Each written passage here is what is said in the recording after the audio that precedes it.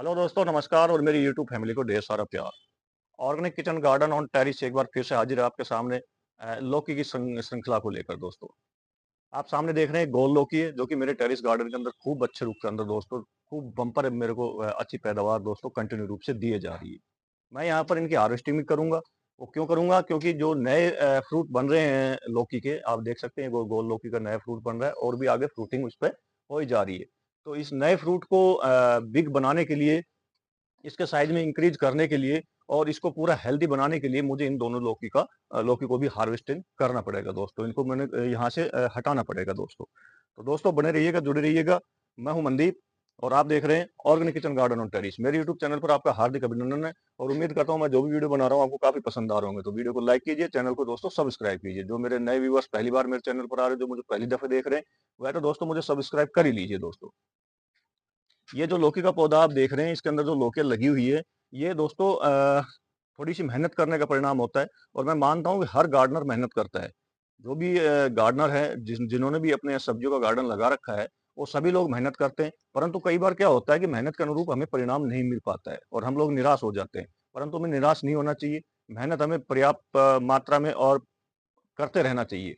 लेकिन मेहनत के साथ साथ क्या होता है कि हमें कुछ निर्धारित फर्टिलाइज़र हैं, जिनका हमें अपने प्लांट पे इस्तेमाल करना चाहिए होता है और साथ में फर्टिलाइज़र के साथ-साथ हमें लौकी की बेल की थोड़ी-सी केयर टिप्स होती है, उनको हमें फ़ॉलो करना होता है। तो उस वजह से क्या होता है कि हमें इस तरह की बिग हार्वेस्टिंग दोस्तों कंटिन्यू रूप से मिलती रहती है। मैं यहाँ पर लौकी की बात नहीं कर रहा, मेरे टेरेस गार्डन पे काफ़ी तरह की सब्जियाँ लगी हुई है। करेले हो गए, तोरी होगी, बैंगन हो गए, टमाटर हो गए और भी काफ़ी तरह की सब्जी है। न्यू सब्जियों के अंदर ग्रोथ को आप देखें तो यहाँ पर मैंने फूल गोभी की, मेरे यहाँ पर ग्रोथ अच्छी पकड़ना फूल गोभी ने शुरू कर चुकी है दोस्तों। लौकी की इतनी अच्छी उत्पादन लेने के लिए दोस्तों हमें क्या होगा, कुछ समय पीछे चलना होगा। जब अप्रोक्सीमेटली हम लौकी का सीड्स खरीदते हैं, एक बढ़िया सीड्स लेते हैं और सीड्स को जर्मिनेट करने के लिए एक उपजाऊ मिट्टी बनाते हैं और उपजाऊ मिट्टी बनाने के बाद जब सीड्स जर्मिनेट हो जाता है तो हमें वहां पर पीछे एक बार चलना होगा दोस्तों। दोस्तों जब हमारा लौकी का पौधा करीब 25 दिन के करीब का होता है तो देखो इस तरह से आपके दिखाई देगा, जैसा कि आपको अभी वीडियो के अंदर दिखाई दे रहा है। यहाँ से हमें कुछ सावधानियाँ बरतनी पड़ती है। अगर हम उन सावधानियों को लेकर चलते हैं, उस केयर टिप्स को फ़ॉलो करते हैं, अपनाते हैं, तो आप भी मेरी तरह से जिस जिस तरह से मैं हर तरह की फसल अपने टेरेस पे उत्पादन करता हूँ और बढ़िया तरीके से उनकी उत्पादन का बहुत बढ़िया हार्वेस्टिंग लेता हूँ, तो आप भी उस तरह से उनका उत्पादन ले सकते हैं दोस्तों। यहाँ पर सबसे पहले वाली जो केयर टिप्स मैं बताने वाला हूँ आपको, वह है दोस्तों आपको अपने पौधे की एक अच्छी संभाल करने के लिए नियमित रूप से दोस्तों पानी देना चाहिए। नियमित रूप से मतलब मैं ये नहीं कह रहा कि डेली पानी देना चाहिए। मिट्टी के अंदर मॉइस्चर दोस्तों बने रहना चाहिए। अगर मिट्टी में मॉइस्चर नहीं होगा, तो इस वक़्त पौधा क्या है, सूख जाएगा। पौधा छोटा होता है और उसको पानी के साथ-साथ काफ़ी चीज़ों की रिक्वायरमेंट रहती है। सेकंड ये होता है कि दोस्तों, पौधा जब 1 महीने का होने को आता है, तो इस पर आप नीम ऑयल का स्प्रे करें। मैं इस पर नीम ऑयल का स्प्रे कर चुका हूँ एक बार अभी ऑलरेडी 2-3 दिन पहले, तो मैं अभी करके नहीं दिखाऊँगा क्योंकि करके दिखाता हूँ तो उसमें क्या वीडियो ज़्यादा लंबा बन जाता है। तो एक बार आप नीम ऑयल का स्प्रे कर दें और नीम ऑयल का स्प्रे आप हर कंटिन्यू 10 से 15 दिन में एक बार ज़रूर करें दोस्तों। अगर आप पौधे पे शुरू से ही नीम ऑयल का इस्तेमाल करते हैं, तो मैं आपको बताना चाहूँगा कि काफ़ी तरह के इंसेक्ट से आपका पौधा बचेगा और पौधा अपनी ग्रीनरी के साथ-साथ अपनी लाइफ साइकिल को कंप्लीट करने के लिए आगे भी बढ़ेगा और एक बहुत अच्छी ग्रोथ के साथ-साथ आपको अच्छा उत्पादन देने की भी क्षमता आपको दिखाएगा दोस्तों। इसी के साथ दोस्तों, जब पौधा थोड़ा और बड़ा होता है तो उसको क्या है कि खाद की ज़रूरत पड़ती है दोस्तों। यहाँ पर मैं आपको बताना चाहूँगा, जो मिट्टी हम पहले बना चुके हैं, उस मिट्टी के अंदर एक्चुअली जो न्यूट्रिशन हमने डाला था वो पौधा धीरे-धीरे खींच चुका होता है।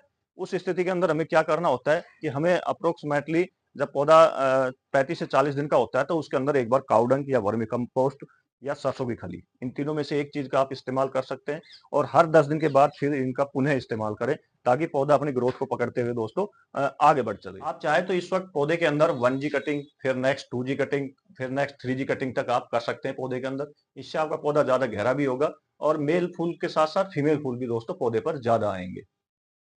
करीब करीब 60 दिन तक होते होते पौधा आपको कुछ इस तरह से दिखाई देगा दोस्तों।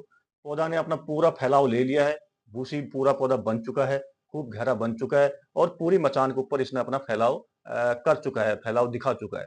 अब यहाँ पर आपको देखना होगा, पौधा इतना बड़ा हो चुका है तो इसके अंदर फूल और फल आ रहे हैं कि या नहीं आ रहे, मेल फूल आ रहे हैं या फीमेल फूल आ रहे हैं, या फीमेल फूल ही आ रहे हैं, मेल फूल नहीं आ रहे। तो यहाँ पर आपको इसको चेकआउट करना पड़ेगा और कई स्थिति के अंदर क्या होता है कि पौधा बढ़ता जाता है, उसके अंदर फूल नहीं आते हैं। आप देख सकते हैं भी इसके अंदर पौधे के अंदर कहीं-कहीं कोई दूसरी बेल है तो उसके अंदर फूल आ रहे हैं 1-2, परंतु ये जो लौकी का प्लांट है, इसके अंदर एक भी फूल आपको दोस्तों दिखाई नहीं दे रहे होंगे।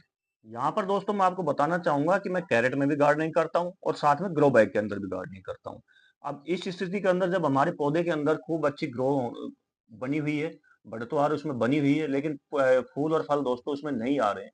तो अब हमें इसी स्थिति के अंदर इसके अंदर का नाइट्रोजन युक्त, पोटेशियम युक्त, मैग्नीशियम युक्त, ठीक है, इस तरह युक्त फर्टिलाइज़र का दोस्तों हमें इस्तेमाल करना होता है, कैल्शियम भी हो जिसके अंदर कुछ मात्रा के अंदर। तो दोस्तों मैं आपको बताना चाहूँगा यहाँ पर मैं लेता हूँ केले के छिलके। दोस्तों ये आप देख सकते हैं केले के जो सूखे हुए छिलके हैं, जो कि बिल्कुल काले पड़ चुके हैं दोस्तों।